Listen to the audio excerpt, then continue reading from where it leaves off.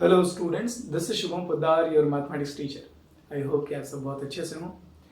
So previous part में हम लोग डिफरेंशिएशन में काम कर रहे थे और डिफरेंशिएशन में हम लोगों ने इनवर्स ट्रिग्नोमेट्रिक फंक्शंस के डिफरेंशिएशन है ना, इनवर्स ट्रिग्नोमेट्रिक फंक्शंस के डिफरेंशिएशन करने में ट्रिग्नोमेट्रिक सब्स्टिट्यूशन कैसे यूज करना है। उसके बाद हम लोगों ने पढ़ा कि how to differentiate a function with respect to another function. ये सारी चीज़ें जो है वो हम लोग डिफरेंशिएशन में कर चुके हैं। 11th की डिफरेंशिएशन को हम लोग एक अच्छे स्टेज पर लेकर के जा रहे हैं, है ना। आई होप आप सारी चीज़ें कनेक्ट किए हुए हों कि 11th में डिफरेंशिएबिलिटी पढ़ी है, 12th में पढ़ी है। उसके बाद फंडामेंटल फंक्शंस के डिफरेंशिएशन, फिर प्रोडक्ट रूल, डिवीजन रूल, है ना, कोशेंट रूल, फिर चेन रूल, कंपोजिशन फंक्शन का डिफरेंशिएशन कैसे करना है, एंड सो ऑन। धीरे धीरे करके, है ना, डिफरेंशिएशन हमारी एक अच्छे स्टेज की तरफ बढ़ रही है। कुछ पर्टिकुलर फंक्शंस का डिफरेंशिएशन करने के लिए लॉगरिदम की ज़रूरत पड़ती है, ठीक है। लॉग वर्ड कोई आपके लिए नया नहीं होगा। आई होप आप लोगों ने केमिस्ट्री में लॉगरिदम के साथ थोड़ा काम किया होगा। जब आप पीएच निकालते हैं, फिजिक्स में भी लॉग का यूज आता है। तो कहीं ना कहीं यहाँ पर थोड़ा सा अजीब लगता है कि 12th में एक्सपोनेंशियल फंक्शन को, लॉगरिदमिक फंक्शन को इस स्टेज पर क्यों पढ़ाया जा रहा है। इसे 11th में भी पढ़ा देना चाहिए, जब हम जानते हैं कि ये चीज़, इस चीज़ का एक ऐसा लगता है कि डिफरेंशिएशन की ज़रूरत, डिफरेंशिएशन कराने के लिए उनको ज़रूरत है, इसलिए लॉगरिदम पढ़ा रहे हैं। खैर, ये एक्सपोनेंशियल फंक्शन और लॉगरिदमिक फंक्शन की हम लोग डिस्कशन करने जा रहे हैं, ठीक है। और ये सिर्फ इसलिए क्योंकि हमको डिफरेंशिएशन में इसकी, इंटीग्रेशन में इसकी, डिफरेंशियल इक्वेशन में इसकी स्ट्रॉन्ग नीड पड़ती है। कैलकुलस में लॉगरिदम कैलकुलेशन काफ़ी इजी बना देता है। तो आज हम लोग रूबरू होंगे एक्सपोनेंशियल फंक्शन से, okay. Exponential function and it's complete analysis. Complete analysis बोले तो 12th लेवल पे complete analysis, okay. It's not about कि हाँ सब कुछ जान ही जाएंगे एक्सपोनेंशियल फंक्शन के बारे में। So let us start. A function fx is equals to a raised to the power x, okay. यहाँ x इनपुट है हमारा और a कोई एक पर्टिकुलर इंस्टेंट ऑफ टाइम पर कोई फिक्स्ड कांस्टेंट होगा, मतलब एक पैरामीटर है, डिपेंड करता है अलग अलग सिचुएशन में। आप a की वैल्यू जैसे 2 की पावर x भी एक्सपोनेंशियल फंक्शन होगा, 3 की पावर x भी एक्सपोनेंशियल फंक्शन होगा, 1/2 की पावर x भी एक्सपोनेंशियल फंक्शन होगा, 10 की पावर x भी एक्सपोनेंशियल फंक्शन होगा, डिपेंड्स। a की वैल्यू आप कुछ भी रख सकते हैं अपनी तरफ से, ठीक है। is called an exponential function where a is called the base of the function। इस फंक्शन का बेस कहते हैं इसको। हम लोगों ने लॉ ऑफ एक्सपोनेंट में पढ़ा है कि सर इसको बेस कहते हैं और इसको एक्सपोनेंट कहते हैं, वही चीज लिखी हुई है। f of x is equal to a raised to the power x is only defined for, ये लाइन बहुत इंपॉर्टेंट है, ये सिर्फ तभी डिफाइंड है when either a is greater than 1, जब a की वैल्यू या तो 1 से बड़ी हो और a जो है वो 0 से 1 के बीच में हो, है ना। मतलब this function is not defined for all real values of a। इस बेस की वैल्यू कोई भी रियल नंबर नहीं हो सकता, या तो ये 1 से बड़ा हो या तो 0 से 1 के बीच में हो, सिर्फ तभी एक्सपोनेंशियल फंक्शन डिफाइंड है। अब 2-3 सवाल फटाफट से उठते हैं। x is equal, sorry, a is equals to 1 पर क्यों नहीं डिफाइंड है। जैसे यहाँ a ग्रेटर देन 1 लिया गया, a लेस देन 1 लिया गया, लेकिन a इज इक्वल्स टू 1 को नहीं इंक्लूड किया गया। 0, a ग्रेटर देन 0 को लिया गया है, a लेस देन 0 क्यों नहीं लिया गया, नेगेटिव वैल्यू पर ये क्यों नहीं डिफाइंड है। x a is equals to 0 पर ये क्यों नहीं डिफाइंड है, मतलब 0 को क्यों एक्सक्लूड किया गया है, 1 को क्यों एक्सक्लूड किया गया और नेगेटिव नंबर्स को क्यों एक्सक्लूड किया गया। तो जैसे ही आप यहाँ पे 1 रखते हैं, 1 की पावर कोई भी, 1 की कोई भी पावर करेंगे तो 1 ही आता रहेगा। अगर मैं यहाँ 1 की पावर x लिख दूं तो x की वैल्यू आप कुछ भी रखिए, कोई भी रियल नंबर रखिए, यहाँ पर अगर आप 1 की पावर x लिख देंगे तो कोई भी इनपुट देंगे तो आउटपुट तो 1 ही आएगा। 1 की पावर कुछ भी रखेंगे, आउटपुट 1 आएगा। तो वो तो कांस्टेंट फंक्शन हो गया ना, 1 raise to the power x, वो तो कांस्टेंट फंक्शन हो गया। उसका ग्राफ तो स्ट्रेट लाइन आ जाएगा। कांस्टेंट फंक्शन तो हम लोग 11th में पढ़ ही रखते हैं, इसीलिए 1 को इंक्लूड नहीं किया, क्योंकि अगर मैं 1 इंक्लूड कर दूंगा तो फिर वो दूसरा फंक्शन हो जाएगा, वो एक्सपोनेंशियल फंक्शन नहीं रहेगा, फिर वो कांस्टेंट फंक्शन के ट्रैक पर चला जाएगा। इसीलिए 1 को नहीं रखा गया। 0 क्यों नहीं रखा गया, 0 की पावर आप कुछ भी करते चले जाइए, ध्यान रखना चाहिए कि x की वैल्यू 0 नहीं होनी चाहिए। 0 की पावर आप कुछ भी करिए, 0 ना रखिए, और 0 की पावर कुछ भी करेंगे तो 0 ही आता रहेगा, कुछ आउटपुट ही नहीं आएगा। तो इसीलिए a इज इक्वल्स टू 0 को एक्सक्लूड किया गया, a इज इक्वल्स टू 1 को भी एक्सक्लूड किया गया। नेगेटिव नंबर को क्यों एक्सक्लूड किया गया, यहाँ जरा 2 मिनट के लिए ठंडे दिमाग से -2 कोई भी एक नेगेटिव नंबर ले लीजिए और -2 की पावर x को ठंडे दिमाग से सोचिए, ठीक है।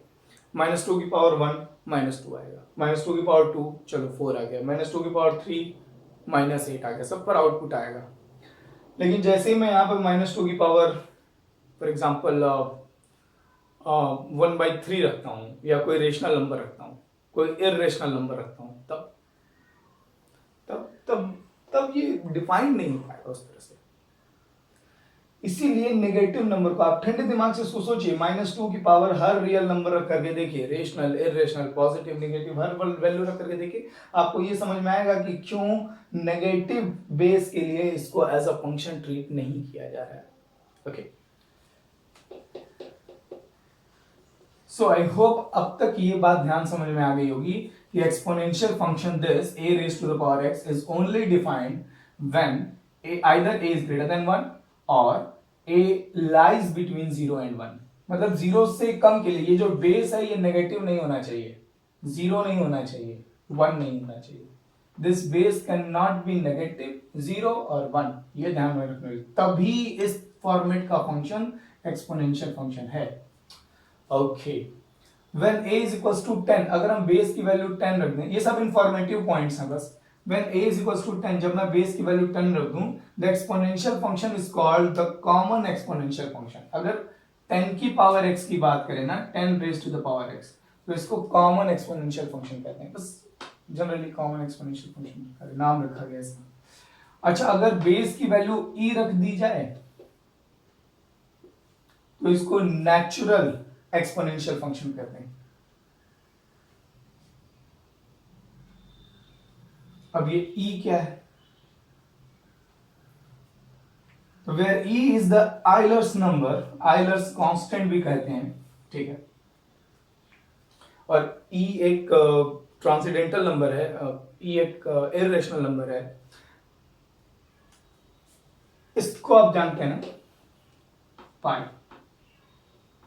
पाई के जैसा ही एक दूसरा नंबर, इसी की फैमिली का एक दूसरा नंबर है e।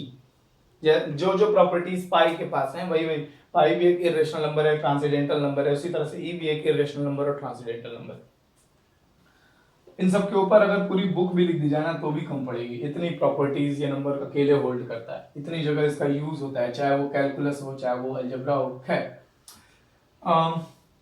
e की वैल्यू ये है 2.711828, मुझे इतनी वैल्यू याद है, इसको याद रखना बड़ा आसान है। 2.7 18 28 18 28, इतना याद रहना है, इतना याद।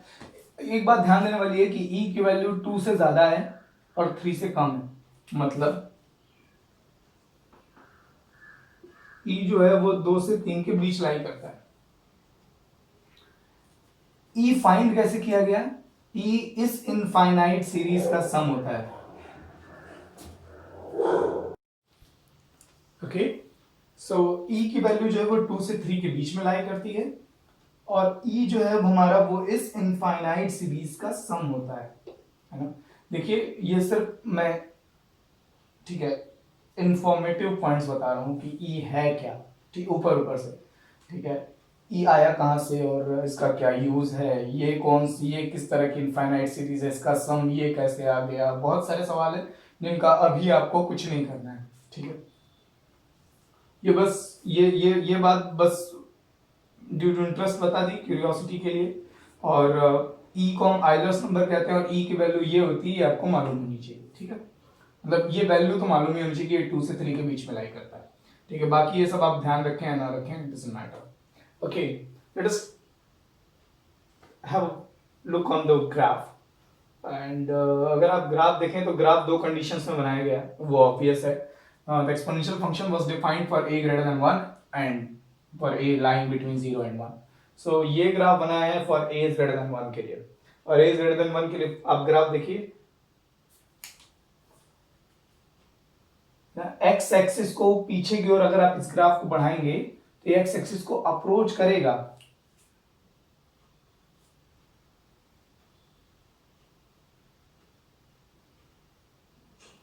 ये एक्स एक्सिस को अप्रोच करेगा, लेकिन कभी भी एक्स एक्सिस को कट नहीं करेगा, कहीं जाकर के एक्स एक्सिस से मिलेगा नहीं, ठीक है। Graph will not meet the x axis at any point behind. Okay, make sure कि आपको ये बात समझ में आ रही हो. ये बिल्कुल ऐसे एक्स एक्सिस से क्लोजर एंड क्लोजर होता जाएगा, अप्रोच करता चला जाएगा, बट कभी भी एक्स एक्सिस को मिलेगा नहीं कहीं पॉइंट इस पॉइंट. उसका मतलब क्या है सर? आप जरा ठंडे दिमाग सोचिए. फॉर ए ग्रेटर देन 1, मतलब मैं 2 की पावर एक्स की बात करूं, क्या इसकी वैल्यू कभी 0 आ सकती है?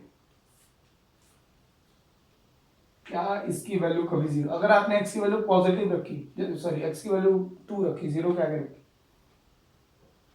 तो 4 आ जाएगा.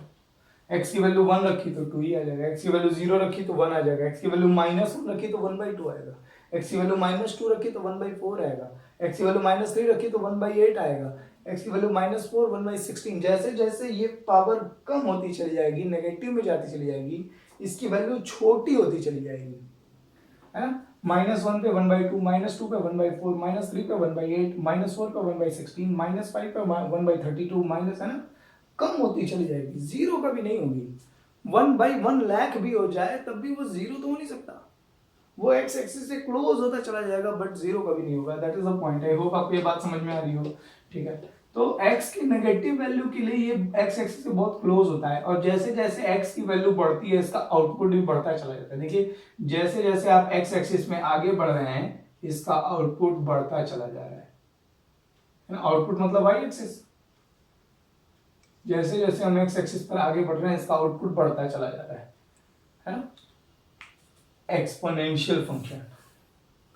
इसका एक बड़ा अभी रिसेंट आप लोगों ने जरूर कहीं देखा होगा. कोविड-19 इस पैंडेमिक से पूरा वर्ल्ड इस समय परेशान है, और आप लोगों ने जरूर वर्ल्डोमीटर या कोविड-19 इंडिया जैसी वेबसाइट एक्सेस की होगी. और जब आप वहां पर कोविड-19 स्टैट्स देखते होंगे, कोविड-19 स्टैटिस्टिक्स देख रहे होंगे, तो वहां पर जो ग्राफिकल एनालिसिस कोविड-19 को लेकर के की होगी, चाहे नंबर ऑफ डेथ्स को लेकर के, चाहे नंबर ऑफ एक्टिव केसेस को लेकर के, ग्रोथ को लेकर के, जहां जहां ग्राफ बनाया होगा आप वहां पर अगर नोट करेंगे, ठीक है, डेली बेसिस वाला ग्राफ नहीं, डेली बेसिस रेगुलर वाला जो कंप्लीट जो जब से स्टार्ट हुआ से लेकर के अब तक का कॉन्टिन्यूअस ग्राफ जब आप देखेंगे, तो वो ग्राफ एक्सपोनेंशियली था. और इसीलिए साइंटिस्ट और दुनिया भर के लोग परेशान थे, क्योंकि जिस तरह का पैटर्न कोविड-19 फॉलो कर रहा था, उस तरह से वो एक्सपोनेंशियली ग्रोथ कर रहा था. मतलब पहले बहुत स्लो दिखाई देगा, बड़ा स्टीपेंट दिखाई देगा, लेकिन इसको भयावह बनने में ज्यादा टाइम नहीं लगता. पॉपुलेशन जब किसी कंट्री की पॉपुलेशन, इंडिया की पॉपुलेशन का ग्राफ, ग्रोथ का ग्राफ प्लॉट करेंगे, तो वो भी एक्सपोनेंशियली आता है. इधर के ईयर्स में क्या स्टेट्स रहा है मुझे नहीं मालूम, बट एक टाइम था जब इंडियन पॉपुलेशन ग्राफ, है ना, एक्सपोनेंशियली आता था. खैर, आई होप आपको एक्सपोनेंशियल, अरे हाँ ये तो भूल गया मैं. अगर ए जो हमारा बेस है वो 0 से 1 के बीच में है, ठीक है, मतलब जैसे अगर हमारा बेस 0 से 1 के बीच में, मतलब 1/2 हो, 1/2 की पावर x की बात कर रहे हैं, ठीक है. अब आप देखिए, जब आप यहाँ पे x की वैल्यू नेगेटिव रखते हैं, नेगेटिव, ठीक है, मैं कह रहा हूं मैंने -2 रख दी, तो ये 2 की पावर 2 हो जाएगा. आई होप आपको समझ में आ रहा है. ये 2 लॉ ऑफ एक्सपोनेंट लगाइए, ये 2 की पावर 2 मतलब ये 4 आ जाएगा. अगर मैंने यहाँ -3 रख दिया तब ये 8 आ जाएगा. अगर मैंने यहाँ -4 रख दिया तो ये 16 आ जाएगा. अरे मतलब इनपुट जैसे जैसे घट रहा है, देखिए -1 -2 -3 -4, इनपुट जैसे, अब मैं -5 रखूंगा तो ये 32 हो जाएगा. इनपुट जैसे जैसे कम हो रहा है, इसकी वैल्यू बढ़ती चली जाएगी. मतलब x जितना कम होगा, आउटपुट उतना ही ज्यादा होगा. इसीलिए देखिए ऊपर से ग्राफ आ रहा है. अच्छा, x को बढ़ाइए, 2 की पावर 5 का मतलब क्या हुआ, 1/32. 2 की पावर 6 का क्या मतलब हुआ, 1/64. जैसे जैसे बेस ये पावर जो है, इनपुट जो हमारा है वो बढ़ता चला जा रहा है, वैसे वैसे आउटपुट कम होता चला जा रहा है ना. तो जैसे जैसे x बढ़ रहा है, वैसे वैसे आउटपुट घट रहा है. देखिए यहाँ पर आउटपुट की वैल्यू आप देखिए,